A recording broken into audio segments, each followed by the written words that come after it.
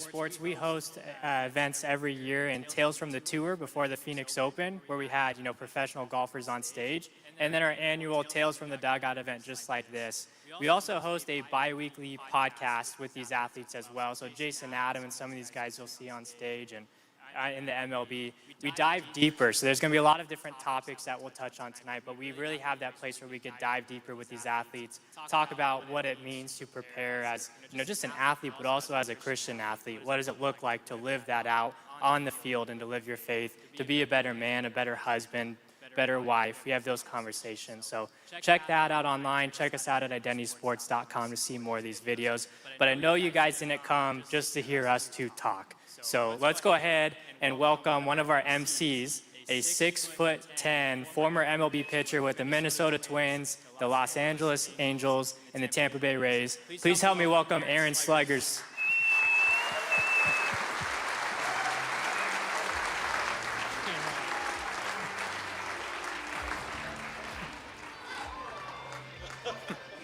Awesome, Aaron. Hey, guys. All right, Aaron, the crowd is yours. Take us away.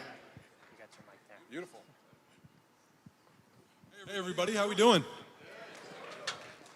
Glad to see we got this mic going. I'll be the MC for the evening. Thank you all for coming. I know the guys backstage are really excited for this as well, to share their testimony and their story with all of you. So without further ado, our first guest of the evening, Jason Adam.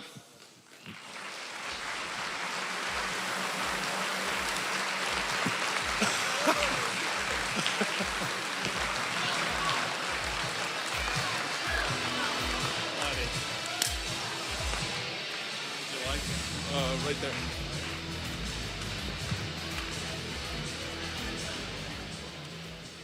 Our next guest of the evening, the starting shortstop for the Chicago Cubs, Dansby Swanson.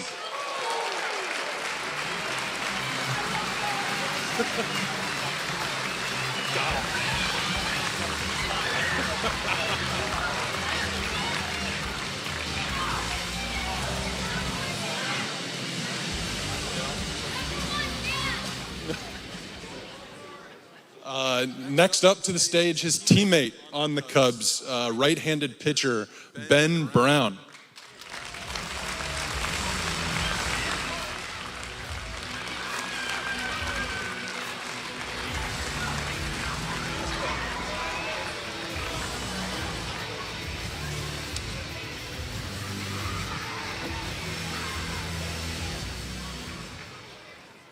All right, last up, the manager for the San Diego Padres, Mike Shildt.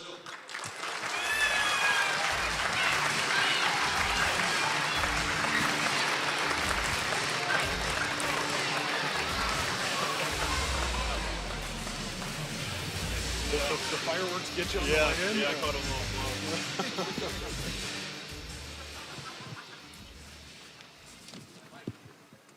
All right, guys, thanks for joining us for the event. Thanks, everybody, for being here.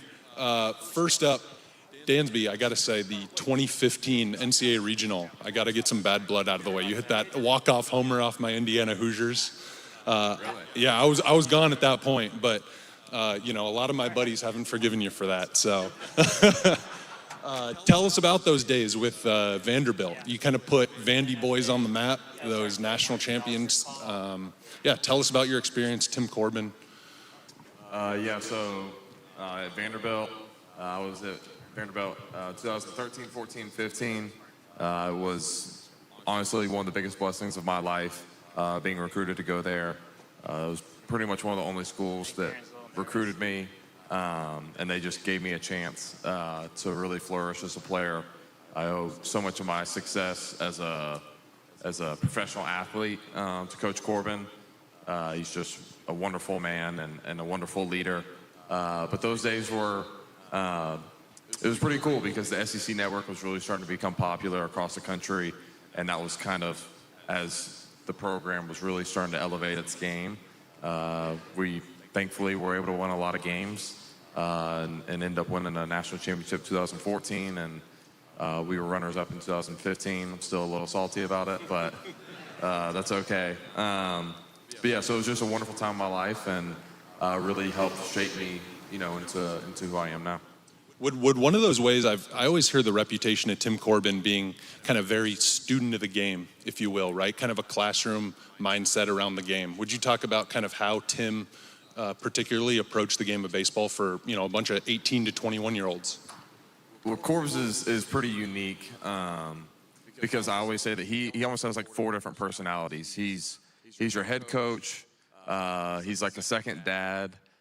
He's a mentor, but he's also able to be your friend, and he knows how to kind of be each one when he needs to be each one, which I think is just so unique, and haven't really met many people that can put on that many different hats at the same time and pull them out when needed be. But he's tough. It was he comes from a military background, so everything that we did was kind of like labeled out for us on when we were supposed to be places, how we were to dress, how we had to wear a uniform. But it was perfect for me. Like, I love structure. I love love kind of being told what to do. And I'll just go do it, and we really just flourished together because the competitive spirit and the will to win was kind of everything that program has been built on. And so Corps just basically gives this structure that allows the athletes that he recruits to go and be themselves and puts them in a position to be successful. And I think that's why, there's been so many guys that, have had success there and had success in pro ball. That's awesome. That's awesome. Mike, to that effect, kind of managing young men, I know from your reputation from the outside looking in, I never shared a clubhouse with you, but you're kind of known as an expert in player development, as kind of shepherding young men.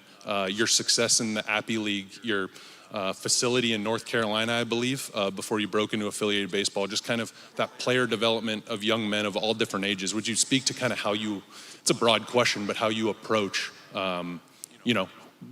player development, young men, kind of teaching them up? Yeah, so I got a really early start on my coaching career because I was not very talented. The game told me real quick that you were going to coach or sell insurance. So I started coaching because I don't know much else.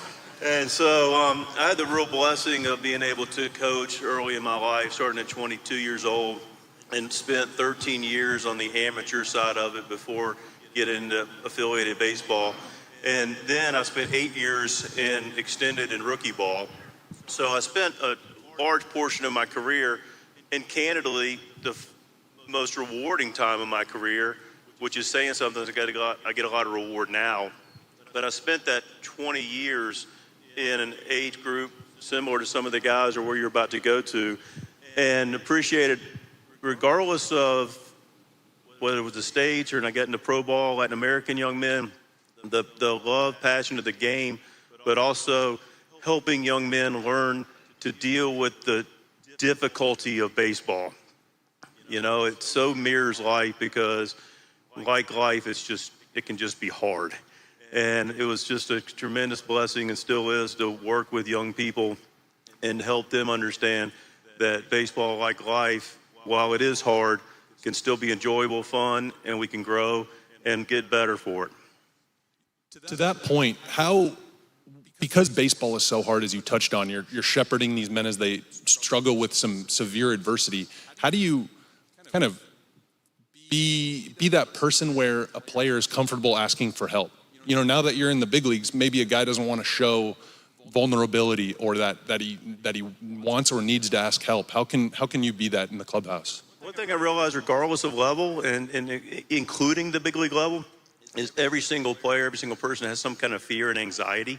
And one of the harder things it is for your faith, but also for your development as a player and as a young person, is to ask for help and admit you have a struggle with something. And we all struggle with that. I still can have an issue with that, and allow that vulnerability and also that trust to take place. And we as coaches and parents, we have a responsibility to honor that trust. One of the things I say to the guys fairly frequently is, I'm not here to judge you. I'm just here to love you. But back to the players, listen, a sign of absolute strength is admitting you have a weakness. And that can be really, really hard to do. It requires some courage.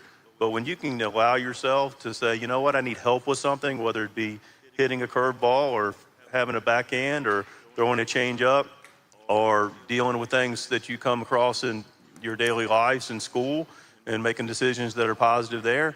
But if you can ask for help and admit you need help, really a sign of strength, and you're on your way to a really productive, happier life. That's great. Jason, we played together way back when with the Twins, which maybe you might want to forget about those years, because they were, and I mean it in all seriousness, they were some tough years on you. There were years when you couldn't get on the field, and you persevered, and you find yourself in the back end of a successful San Diego bullpen.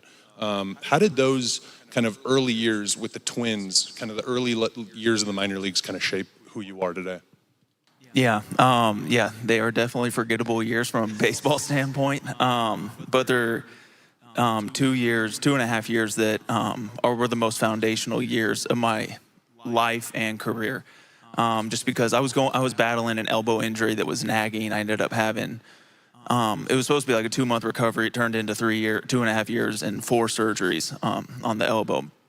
And what it brought to my mind was I worshiped baseball. It was my God. It was everything. And I also worshiped, which is a good thing, work ethic. But my whole life, it was basically if I worked hard enough, I got it. Things worked my way as long as I worked hard. So that was my operating belief. And then I'm struck with this kind of fluky injury, and I'm doing all the things right. I'm doing everything my trainer says. I'm doubling it. I'm not going to get outworked, and yet it still kept not working. So God used those years to bring me to my knees and realize that baseball, even though it's an awesome game, it's a terrible God, and I can't find my identity in it. And so my line that I always tell my wife and tell anyone who will listen is I would trade those 3 years getting paid minimum minor league salary. I would never trade them for 3 years in the big leagues, because it was foundational into helping me mold into the man that God called me to be. Wow, that's incredible.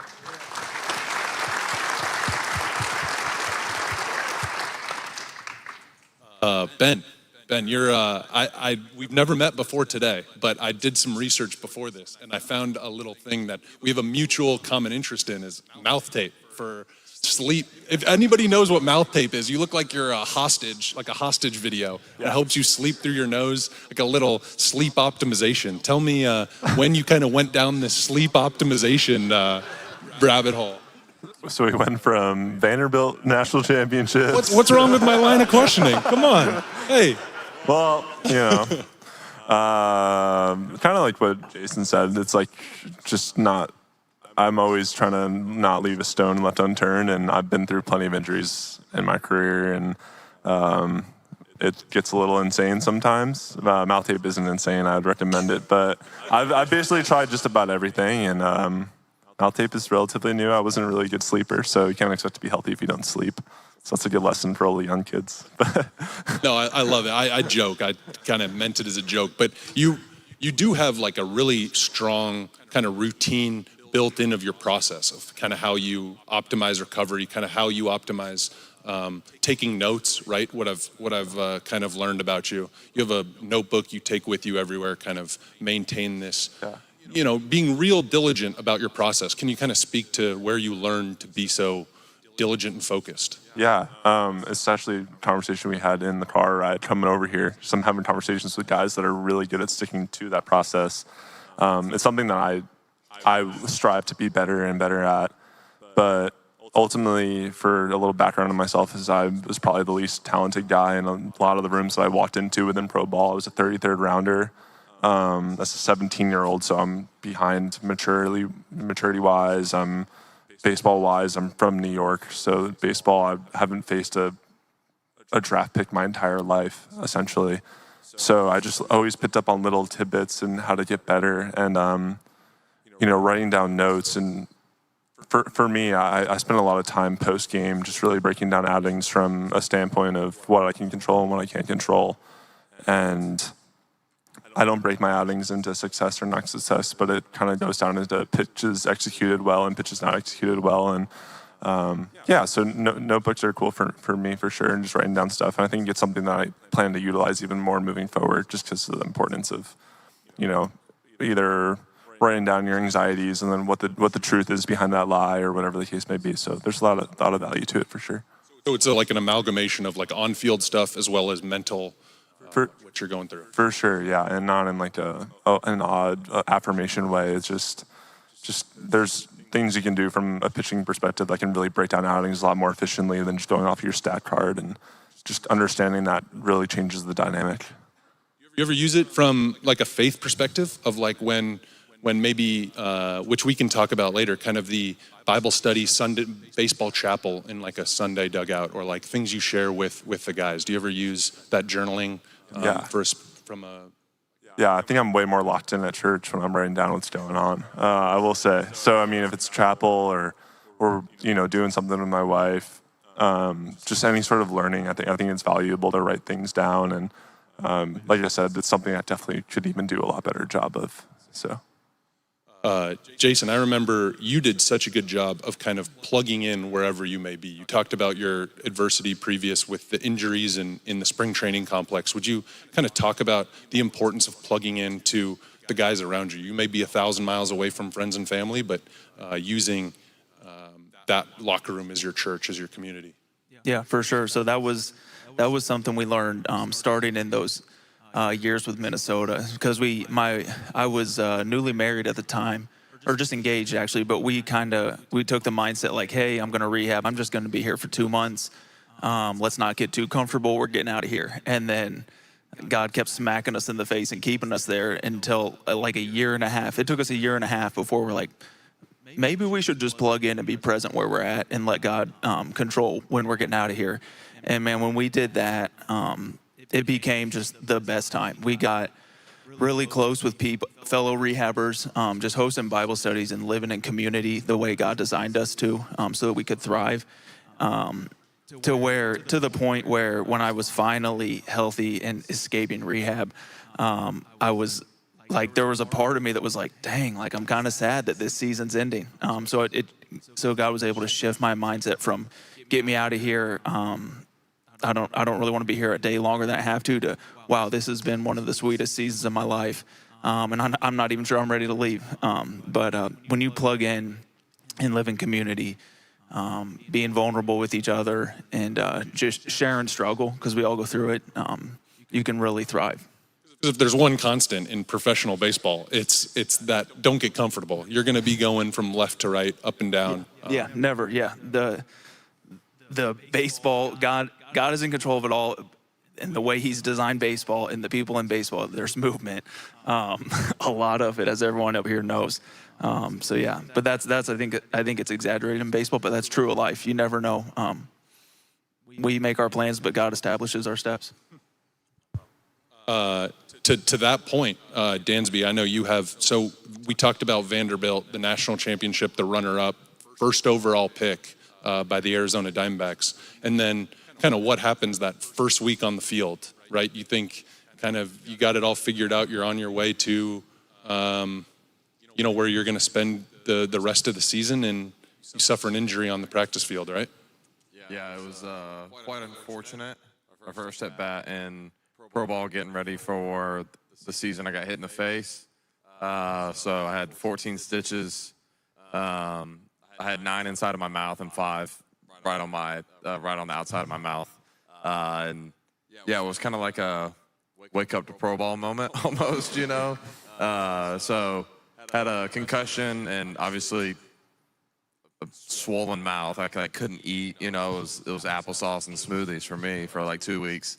But yeah, I think that it was kind of an abrupt interruption to what was going on, and I didn't really heal that fast. So not as obviously as drastic and as long as what you experienced, but just never seemed to get better. Kept seeming to have headaches constantly, and then one day it kind of turned for the better, and I was able to finish out the season. And later on after that, obviously ended up getting traded too. So like my first year of pro ball was quite a whirlwind. Just kind of slapped in the face of like I'm not really in control of anything, and having to surrender that over. is still somewhat an ongoing lesson. But yeah, pro ball has definitely been its one heck of a journey. As a 20-year-old, I mean, that had to be the real lesson. Did you have a support group around you at the time? Did you take me to 20-year-old Dansby Swanson when you're injured, you get traded, and all this stuff? You think Arizona is going to be my home, and then it quickly is not.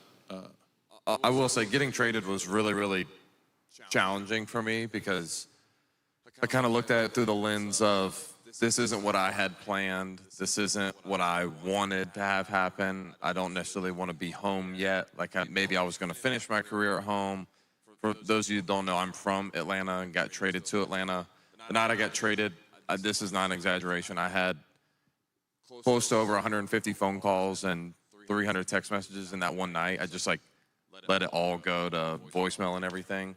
So it was quite the whirlwind for me, but my wife and I talk about this all the time. Every major event or step or anything that has happened in our lives led us to something great. If I didn't get traded, I never would have met her. And just all the different things that have kind of come from that. And so that really kind of comforts us as we go forward, because we may not understand what's happening right now, but we know that we haven't been failed yet by God, and he never will, and that something beautiful will come out of whatever it is that is happening now, whether we understand it or not. Sometimes we have to go through those things. Yeah, you can applaud. Yeah, what an answer. And Ben, you're kind of more on the front end of kind of this fluctuation of baseball. You're going, you battle some injuries and things, but last year you crack into the big leagues, you have some success, but it's not a linear path. You don't show up to the big leagues and you're there for 10 years. It's up and down and back and forth. Kind of talk about the highs and lows of last year. Yeah. So you get called up to the big leagues after 7 years in the minor leagues, being broke and being married and not understanding what's going to happen in the future. You get called up for the first time, things are great. You pitch the very next day and you let up 6 runs in your debut. And you're like, this is probably it for me for a while until I can really shove it down in AAA. And I'm very grateful I got to spend some time up there and see some success. But for the first month, you're kind of just looking over your shoulder. And then after you stop doing that, you start to, I belong here, I belong here. Then you start, okay, this is it. And then you start looking at your paychecks and you're like, okay, well, if I do the X, Y, and Z for the next 7 years, then we can have this really bomb life. And then all of a sudden you get hurt, and then the reality of you're not available on a team that needs you or a team you want to be a part of, and the pressure behind that. And then, that's all in 3 months last year.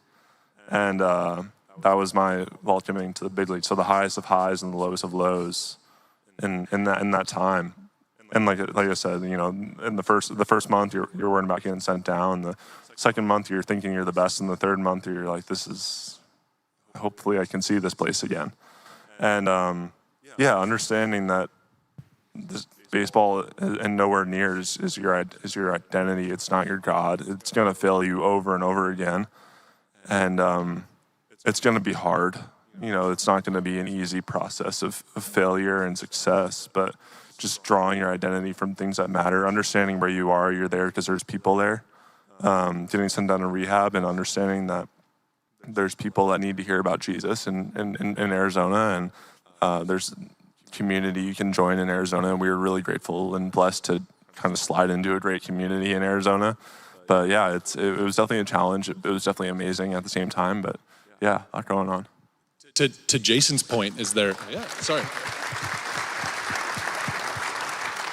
To Jason's point, in the big leagues, when you're kind of struggling through this adversity, looking over your shoulder, are there guys that can be a mentor for you in the bullpen, on the starting staff, wherever, pitching staff, or position player for that matter? Are there do you gravitate towards maybe believers or other kind of leaders in the clubhouse? Yeah, I definitely was just picking everyone's brain last year. And obviously I got to be a little careful with how you do that and how you go about that from a perspective sometimes you don't need to have so much advice at once. Sometimes it's good to just rest and kind of just trust in the Lord. But yeah, there were so many teammates that were so kind, especially in the middle of just trial and tribulation.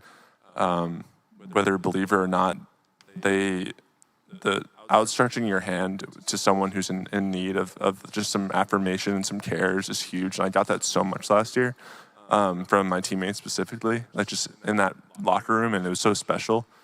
And like, I don't think anyone, I really hope you realize, but our words can mean so much. And there's so many specific conversations I had last year with veteran guys or even guys closer to my age. I have no idea how much their kind words impacted my career and kind of got me through a lot of that hard time. Whether it was the first month of insecurity or the second month of, just starting to fit in and starting to learn some lessons about how to be a pro. And then the third month of dealing with injury and, guys like Jason who have gone through it countless times or whatever the case is, like no one's path has been injury free, and they're giving you all their advice of what they went through. And it's really cool, the kind of communities just set up within baseball, because everyone's gone through it and everyone's kind of dealt with it differently. So it really is interesting. You see a lot of different perspectives for sure. It's powerful because, I've seen some highlights of you pitching, Ben. You throw 100 miles an hour, you're throwing it by guys, right? And it's this kind of baseball, it's full of so much adversity, right? Baseball is so difficult. And that's kind of the same from an 11-year-old who went 0 for 4 at Little League to guys in the big leagues. Like, this game is so difficult, and to kind of push through this adversity is so important. And to Mike, how do you, when you see players in the clubhouse, like how do you kind of coach them to talk to, like how to talk to yourself? Because I think that's a skill that some of the best pros I played with in my career that made a terrific 10+ year career, they talk to themselves in such a way that was infectious. Yeah, regardless of age, your self-talk is extremely important. And the reality of it is a lot of times your first thought is going to be and go to something negative. And that's, you can say that's the enemy. I believe that to be the case. But it's also becoming even more in the case in our society where everything's super criticized and hyper criticized. And we're looking at hot takes, and we don't get a lot of hot takes from greatness and encouragement and things that are going to lift us up, unfortunately. So that self-talk is vital. The one thing that I strongly encourage, first of all, you're the only one with yourself all the time, so why would you talk to yourself negatively? I don't, and I had to learn that. I get it. But we're all with ourselves all the time. So if you can't be good to yourselves, who are you going to be good to? So start there. And then one thing that has helped players, I believe it's helped me, is at the end of the day, a little bit of reflection. I'm a big believer in growth, and we grow from other people's experiences. Like, these guys' wisdom is unbelievable, what they're sharing with us. So at the end of the day, you get a chance to reflect on your day. And my strong encouragement, especially the younger players here, is you did something well today. You might have opened a door for somebody. You might have supported a teammate, patted them on the back. You may have gone 0 for 4, but you ran every ball out hard. You backed up a base and saved a run. You did something that was really, really positive. You might have won the game. Feel good about that too, all right? But our self-talk allows us to create our own self-esteem and our own real confidence. And so at the end of the day, what did I do well? And then tomorrow, what would I like to be better at? And let it go. Yeah, I went 0 for 4. Why? Because I chased 3 balls out of the zone. Okay, tomorrow I'm going to get off a curveball machine and I'm going to track a little bit. Now I'm going to text my girlfriend and say goodnight. It's really that, it sounds easy, but it really is that practical easy. What did I do well? Love on yourself, be good to yourself. What would I like to be better at tomorrow? I'm not going to beat myself up. And then tomorrow, wake up, enjoy it, be excited about it, pray about it, and then go love on somebody and work on your craft.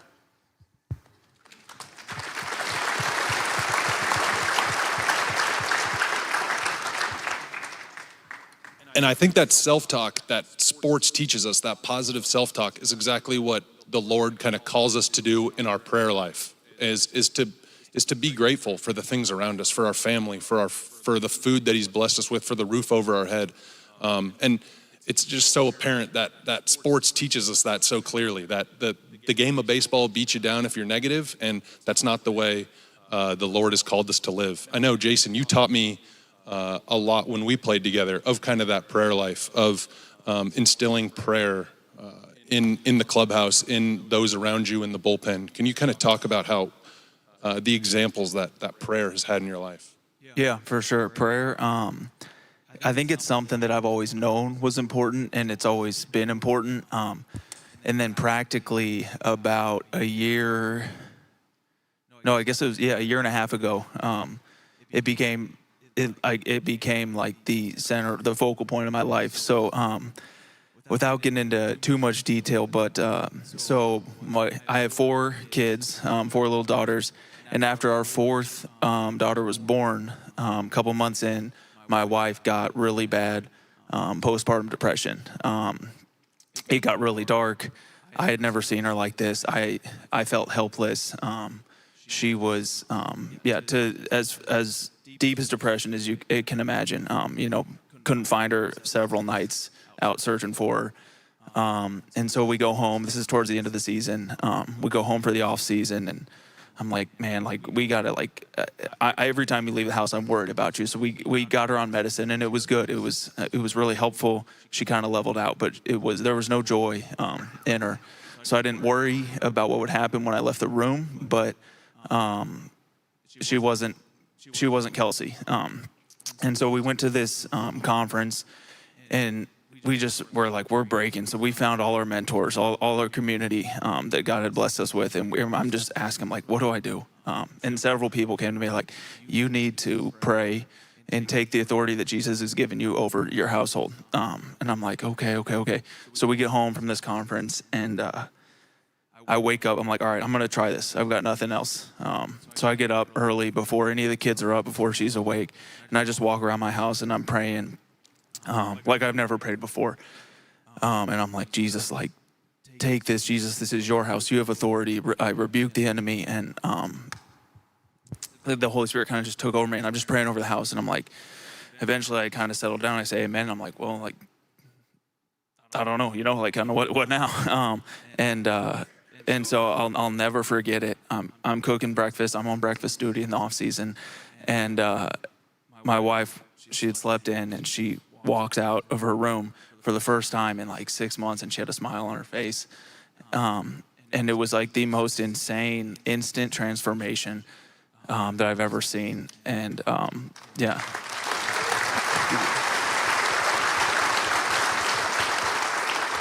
So I say all that.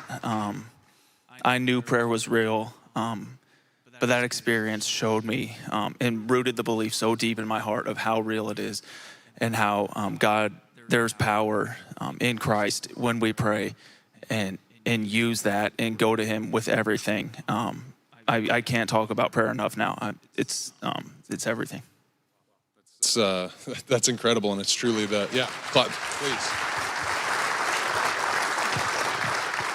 Thank you for sharing that, sincerely. Ben, I know your wife, is she in the audience, right? Yep. Cool. You don't need to stand up or anything. Don't worry about it. But I believe she has a ministry organization of her own, right? Like a little Bible study. Could you tell us about that? Maybe pitch it for a little bit. Yeah, this is awesome. She crushes it. She's far. I met her right when I was coming to Jesus, right when Jesus saved my life, and she's a rock star. And she worked at the church that we were going to, and as we got married, and she moved her whole life out to Arizona to kind of help me chase my dream.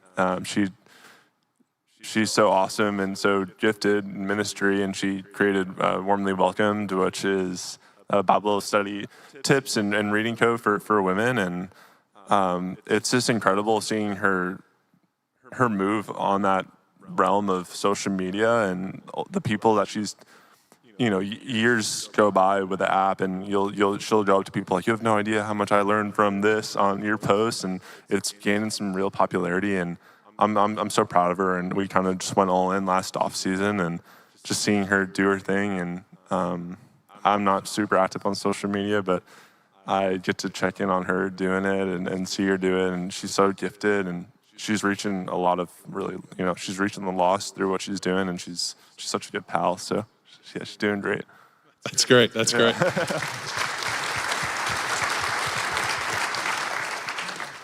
Dansby, speaking of significant others, I think you were saying backstage how, you should get an honorary women's soccer medal from your cheerleading job you did. Yeah, exactly. Tell us about the best athlete in the Swanson family. And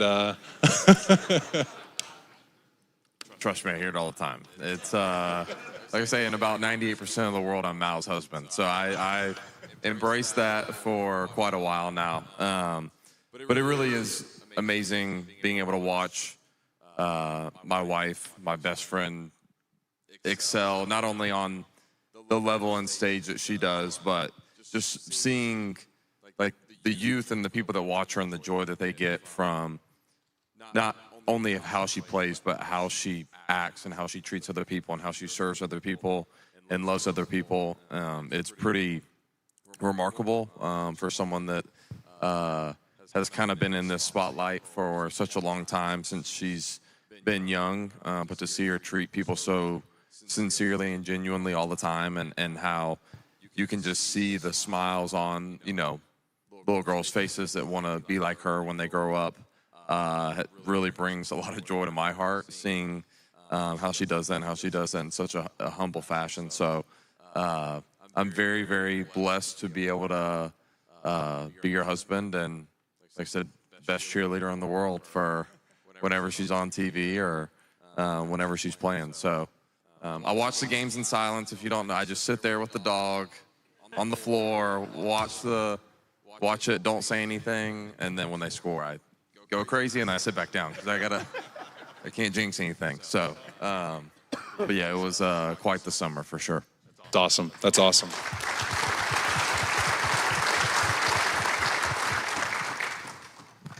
Dansby, backpedaling a little bit, sorry to kind of retrace our steps, but going through kind of those ups and downs of the big leagues, as Ben was alluding to earlier, how did you kind of go through, we talked about the injury, and then once you got to the big leagues, it's not perfect for everyone. There is no linear line to a 8-year major league career. There's ups and downs along the way. Talk about kind of those initial tastes of, the big leagues, and then how you kind of dealt with that, or the adversity that goes along with it. It's definitely been up and down. I think the game of baseball has a way of being up and down. Like Jason said, like, it's just how God made it.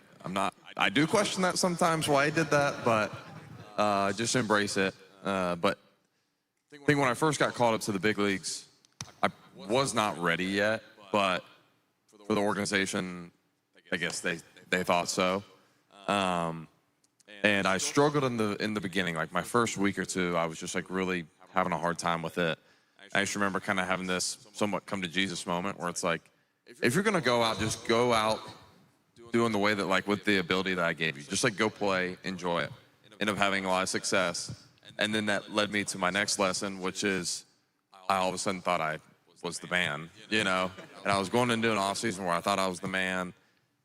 Coming to spring training, all the confidence in the world, and then I had a little like oblique problem for a couple weeks, and never really got back on track, and then had like the worst season of my career. And as Jason said, like that lowest of low time really taught me a lot about myself, but also how to handle things. And thankfully, I had grown up in church and had been a man of faith for my whole life, and I knew that I made a lot of dumb decisions along the way on how to handle it, but I always clung to this thing that said, like, I'm the rock, like God is the center, and that he has everything under his control. And that really like kept me afloat. I mean, I went through depression with it, like I struggled with all of it, lost a bunch of weight, like just all the things that are really challenging, and came out on the other side of it. And then basically have been through the ups and downs since then. And I just know that continuing to put your faith in the right thing, understanding that baseball is a game, understanding that God made me competitive. Like, it's okay that I get so into it, like that's okay, and I can embrace that. Has been really big for me. And then one thing that Mike said that I love so much is I've learned how to be graceful towards myself, especially because I expect to be really good and like perfect all the time, and that's just not realistic. And so building in this level of grace for myself of when I am struggling at the plate, or I do make an error, or have just, I'm not making winning plays or not coming through in certain situations, like building that grace into my life has really been a huge theme over the last year and a half, and it has given me a lot more freedom to just be who I am. And there's going to be success with that, there's going to be failure with that, but at the end of the day, like, I know where I'm going. So, yeah.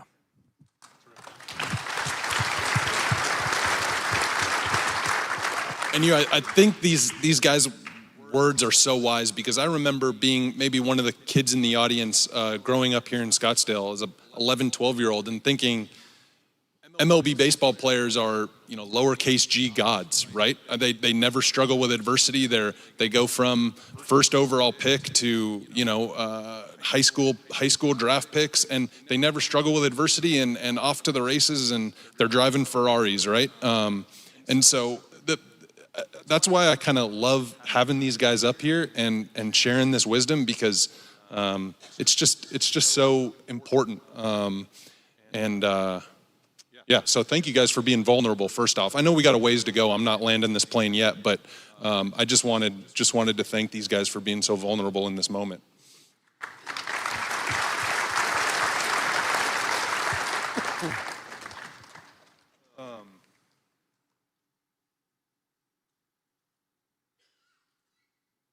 Jason, so pivoting a little bit, I want to show a little photo we got. Jason talking a little like prayer, and plugging in with his teammates. And, this guy is a fierce competitor. I don't know if we got it queued up or not, but it's after a strikeout of Marcelo Zuna in the ALDS last year. Yeah, from the Braves, yeah. Yeah, there we go. Little energy. There's no lack of energy in that building, is there, Mike? No. Yeah. That's straight warrior. Yeah. Pivoting gears just a little bit about like take me in this moment, and like the ALDS, right? There's the middle of the order coming up, guys on base. Like, how do you prepare yourself for such a situation? Petco's rocking. There's people in the balconies. Yeah, Petco's electric. It's so cool. I come from the Trop for the last few years, so the Trop to Petco is unbelievable. But yeah, I think actually I had a really good mental skills coach in Tampa who was also a believer. And he would just he didn't have really formal meetings or anything. We'd just chat. And I'd always walk away from just a casual conversation with a tidbit. And one of them was, he's the classic, don't think about the pink elephant. What do you think about? You think about a pink elephant. So the way around that is to ask yourself a question, because as soon as you are asked or are asking a question, your brain immediately goes to trying to solve that question. So regardless of if there's 45,000 people screaming their heads off, or if I'm in the Trop with 2,000 people and that I can hear everybody talking about me, I'd take a breath on the mountain. I say, what do I need to do here to execute on the process that you've given me, Lord? And so it's also me aligning my heart with God, and knowing that I pitch to His glory, but also giving me practical, what do I need to do to have success here? That means I need to lift my leg, I need to stay square to the plate, and I need to throw the first 2 pitches over the plate, and then I need to throw the next 4 not over the plate and hope they swing one of the times. But it just... People laugh, but the meetings in Tampa Bay were literally just that. And then they would tell the pitchers to get lost. Yeah. It was throw the first 2 pitches over the plate and throw the next 4 away from the plate. Yeah. And said goodbye. Yeah, and I really like that, by the way. You what? I'm all in on that. Yeah. I just learned that. It's so yeah, good. Close your ears. We played them first week, so noted. I'll remember that. You can note it for your team, though, too. I'm going to do it, too. Yeah. Guys really seeing me well. Yeah. We talked about this over at Bible study one night. I'll change my process for the cold game there. Yeah. And Dansby swings the ball in the left-handed batter's box. We know why. Mike, I've heard Jason told me on the phone that you have some electric team meetings in that clubhouse. I don't know if that's true or not, if that's your perspective, but kind of take us into like a team meeting for maybe in spring training, maybe in season, kind of how you prepare and how you execute. It's more spring training. The clubhouse is the players. I don't go in there once the season starts unless it's pop champagne at the end. Because that's their world. But I look out and I get to lock eyes with guys like Jason and Joe Musgrove and Yachty should be back.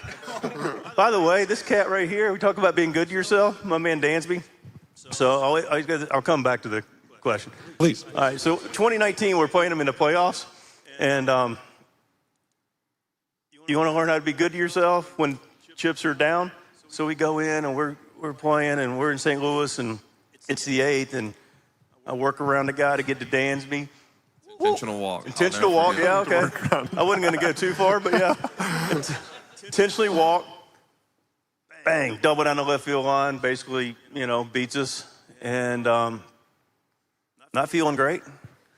But I have an unwritten rule to myself that on days that are not great, I'm going to go have a really nice dinner and be good to myself. So I should have sent you the bill. But maybe this spring I'll send something over. But now back to it. Listen, I get passionate about what we do. Competition's really important. I believe strongly every day that God has given all of us, but specific to me, spiritual gifts. And my job every day is to honor those spiritual gifts. And one of my gifts is to share my heart, which I didn't realize until the last several years, that my heart was to be shared from Jesus' word, not from my word. So I get that opportunity in spring training to share. And I lock eyes with guys like Jason or Musgrove and all our competitors, and it gets me fired up, man. I get going, and I get excited about the possibilities of competing and being great with this group.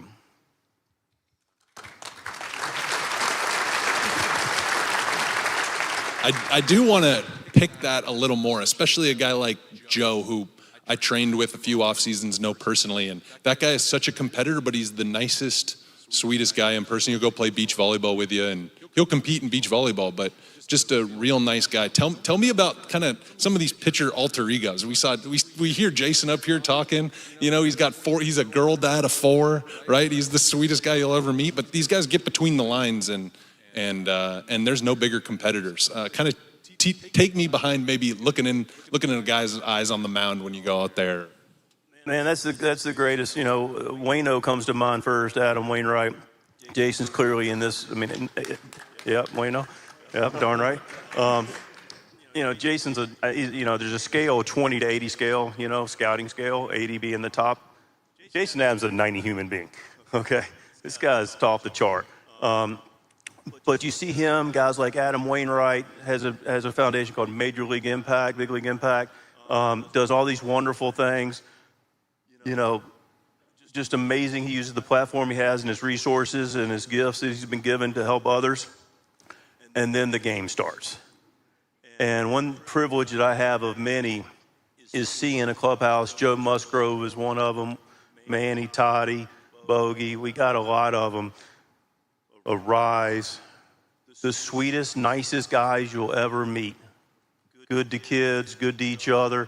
A lot of love, good to their families. Really respect how much respect you have for your wives. That's really impressive. But then you get in the game, and it is on. It is completely on. And so we always say, we'll help the old lady across the street. We'll buy you a cheeseburger.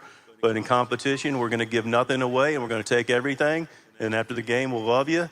But during the game, respectfully, we're going to get after it. And to see these guys go from this, soft, humble, gracious, God-filled life to then go honoring God and being a warrior with the abilities that God's given them in a competitive arena is pretty special.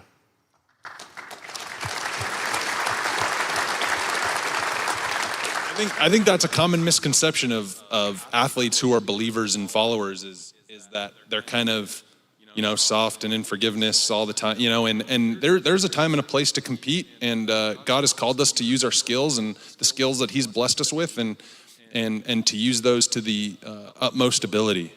So exactly right. Ben, speaking of kind of competing, I don't know where I was going with that. I'm sorry.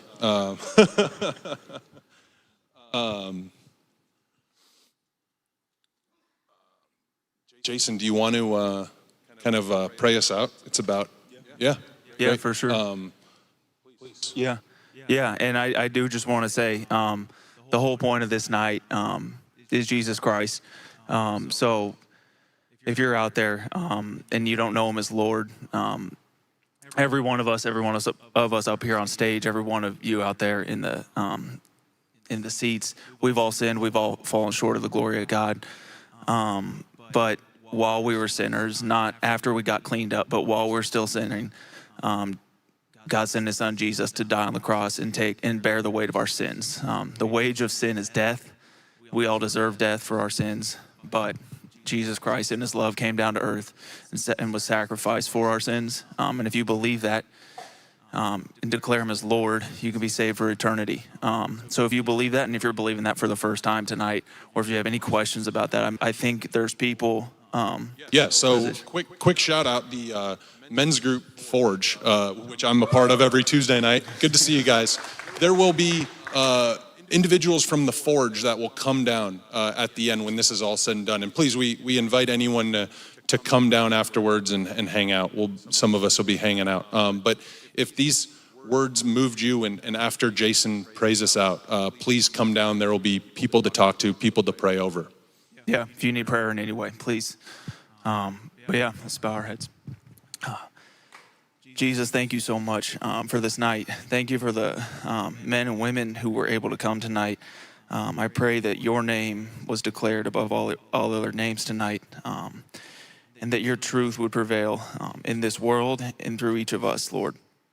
Let us all walk in the power and the freedom of your Holy Spirit that you've given us freely in your wisdom. And I pray that we would all go out there and be competitors for you, Jesus. No matter what we do, we run this race for you when we run to win.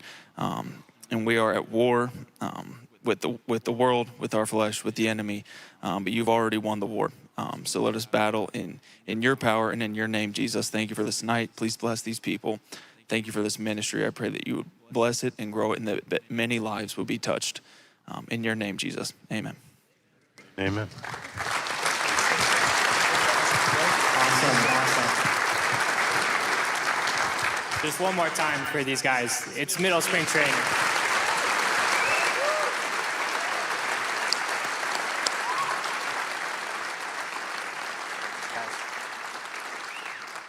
And if you don't know, this is all recorded on YouTube as well. So friends, family, teammates that weren't able to come, be sure to go to the Identity Sports YouTube page. You can share it with your friends and family. But we just, again, they're in the middle of spring training. They're gearing up for incredible seasons. I mean, there's a lot of promise for you guys and your teams this season. And so for you just to take a moment to come out here and be with all of us just means the world. So thank you for using your platform. Thank you.